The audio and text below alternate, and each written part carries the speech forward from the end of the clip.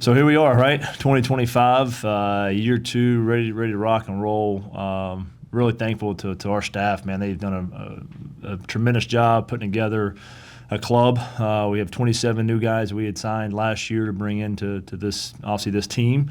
Got them here in August. Have worked extremely hard and put all that time, effort, energy into it to finally get on the field. So, Coach Pemberton and CB, Kyle, Coach Manola, man, they've worked tirelessly, endlessly to put this team together.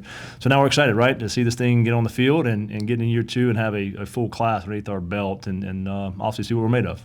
Yeah, obviously you got a lot of newcomers, but what do you hear from your returners? Because, we knew after last season you're going to make a lot of changes, so they had to make the cut, I guess, for lack of a better word. What do you hear from them? Yeah, no, I think the fortunate part of the situation we came into, we didn't have to make a whole lot of cuts, right? But we were very intentional about what we brought back, right? What was the demeanor? What was the want to? What was the competitive edge? Had to have the intangible component. And we needed some guys back in the locker room that had leadership qualities, right? Again, when you're coming into a brand new program, the language that you're speaking and the style that you're trying to put in place, it's important to have some guys that return that know how to do that and are bought into that and trust that. The staff has done a good job of identifying that, and so those guys that we brought back, those team captains we got, Jonah, Sanders, Red, all those guys you'll hear from here in a second, but those guys fit the mold of what we traditionally like to recruit, so they fit in really, really well in that locker room with the guys that we brought in as well. You guys have a schedule change, two games in one day. How does that change what you planned on doing, pitching wise? Yeah, fortunate part about this is, one, this will be a first time I've done a doubleheader open up the year.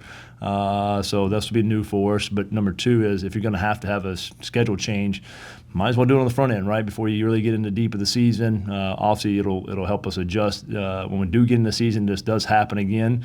I'm sure it will. It's never a perfect season. You play every game as you schedule and every date and every time. So, but for us, this was pretty easy, right? For our Friday, Saturday starters, both of them were thrown on Friday in the inter-squad schedule, so nothing changes for our Friday night starter or for our Saturday starter. They both threw their bullpens again yesterday, and they're prepared to go. And so you don't have to shorten anybody's throwing or anything like that. You want to kind of keep it as routine as possible, right, going into opening weekend. And then obviously this game 3 we'll figure out as we go along. But our Sunday guy has been throwing on Sundays and won't have any issue there either.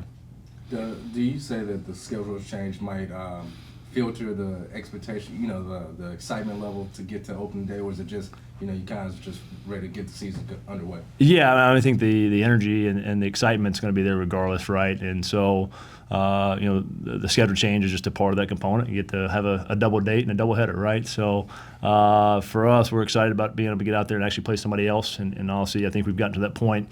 You get to that point every year. You get that point in fall ball. You get to that point in the springtime where it's just time to play somebody else, and I think that's where we were at last Sunday. So the biggest thing is going to be us being able to understand to control our emotions, right? The amateur game.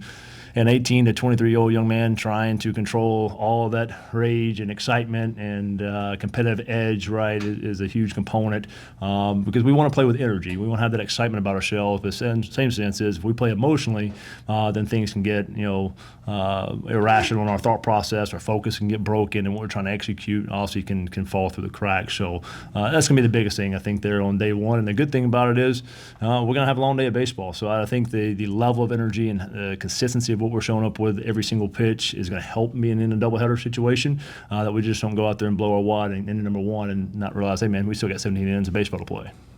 From on the field standpoint, in training camp, what was the main thing that you wanted to focus on with your guys, and then how do you feel that they accomplished that? Yeah, well, we talked about a few things, pillar-wise with culture, right, what we're building. And times have changed, right, with NIL, the portal in place, but it doesn't change the culture that you're trying to build. And everybody has culture. It's just whether it's a positive or a negative one, or if it's all based off result or if it's based off process. There's obviously different cultures for us.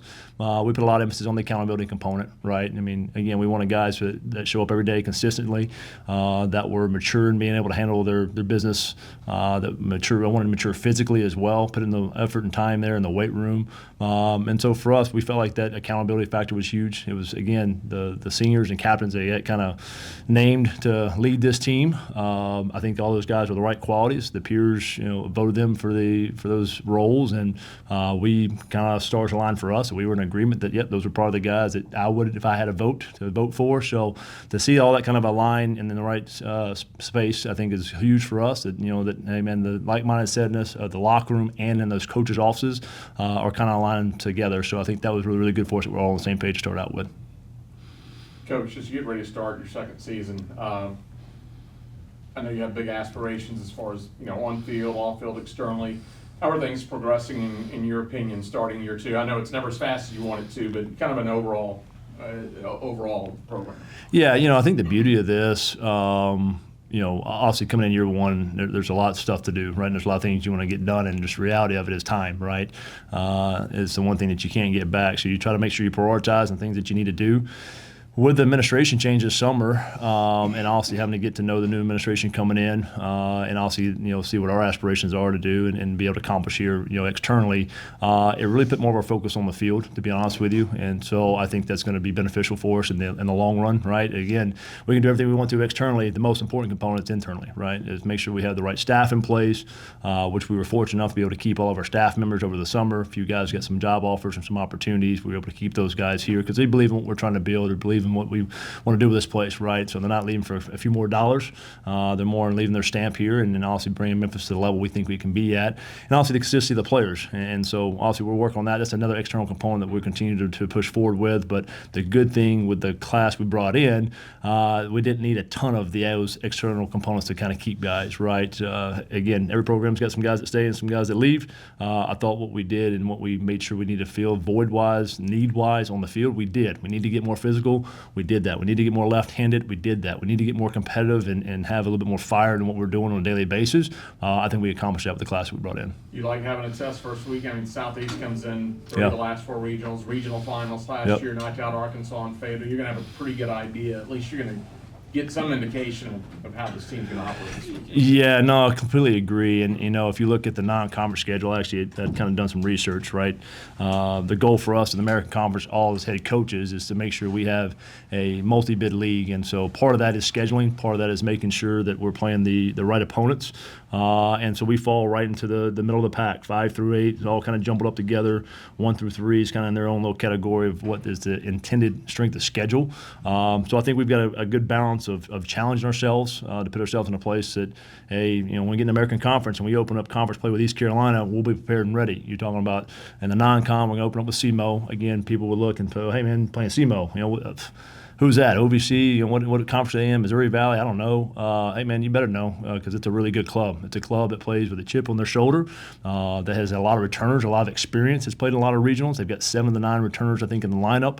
They got all 3 guys back on the rotation. A team that got a taste of what it looks like to possibly get to super regionals, right? Took down the Slade, the Giant in Arkansas and Fayetteville, one of the toughest places to play in the country. So you're talking about a team that's really hungry. We're going to get a test right out the gate. You go into Louisiana Tech, right? Again, a program that's hosted a few regionals the last couple of years, been in regionals the last 3 or 4 years in a row. Again, another club that's extremely hungry to make that next step to go to super regionals. You talk about Southeastern coming in, obviously where we were at there for many, many years, a regional club team. Again, another one's fiending to get to that super regional, winter regional. So we're going to get a challenge early and put ourselves in a good position that if we have some success right there early in the season, again, it's not the end or beginning of anything, right? It's just a kind of hey, where we stand going to conference play. It puts us in a good position to be prepared and ready once we get into the conference. Is there any extra added motivation for when you face your former school? No. Not at all. I think the neat part about that is I've still got some relationships with those guys on there, right? The guys that I coached, some of the guys that were recruited, and also we've stayed in touch through the years. And but they know how I am, and I know how they are. They're competitors, so there'll obviously be that friendship for a lifetime for us. But once we get to those white lines, man, it's back to battle. When you talk about scheduling, how important is the relationships that you have with coaches at other programs and stuff, and making sure you're able to get each other on each other's schedule when you're trying to create that non-conference? Yeah, it's things like Coach Lamonis down at Mississippi State, obviously doing the home and home with us. That was not a traditional thing that they have done. For him to be able to schedule that and that relationship that Al's built, right, our director of operations, he's been here for 18 years. He's talked to a lot of these folks. He helps us with the schedule. He makes a lot of those phone calls and kind of sees where everything's at. Scheduling is probably the biggest pain in the behind there is, right? Because you schedule one team the next year, you get a new head coach or whatever the rumblings may be that you got to mix and match a little bit on this. But again, you've got the The very key component of this is trying to figure out the RPI, and I've told folks this all the time. You know, at the end of the day, my tombstone's going to have RPI on it, not RIP, right? Rest in peace.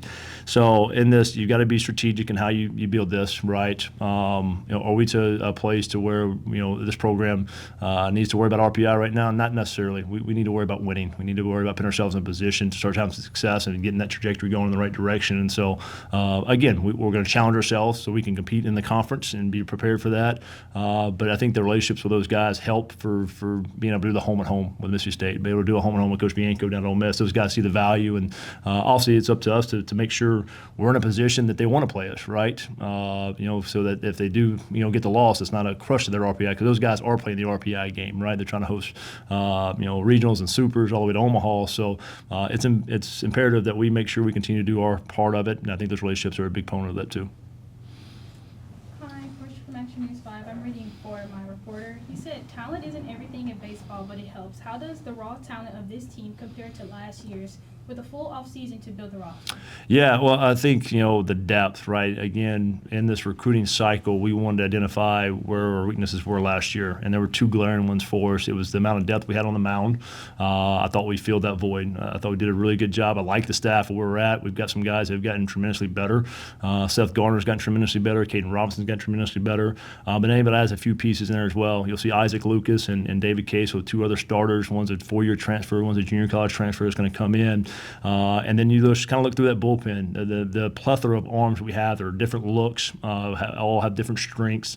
Obviously, you look back at last year and when we started to kind of go south, it was at the end of the year for us, really, with the pitching component. We had guys we had to ride a lot throughout the entire year. So depth in that pitching staff was number one for us. I think it puts us in a really good position to have success this year, right? If you pitch and play defense, and you're going to be in every ball game. And then the component of getting left-handed. You looked at our lineup last year. I know there's some records that we had gotten ourselves in a record book offensively. It was an exciting offense, but a very one-dimensional offense in my opinion. And if you know anything about the Mid-South, the wind blows. It may blow out, it may blow in, so we've got to be multiversal and being able to score runs in those components. So I thought we did a good job getting a little bit more left-handed, getting some guys a little bit more dynamic that can move the baseball a little bit more. Maybe not quite the strength we had last year, but overall, when the 9 pieces go, I think we'll be in a better place to score more runs. Got time for one or two more.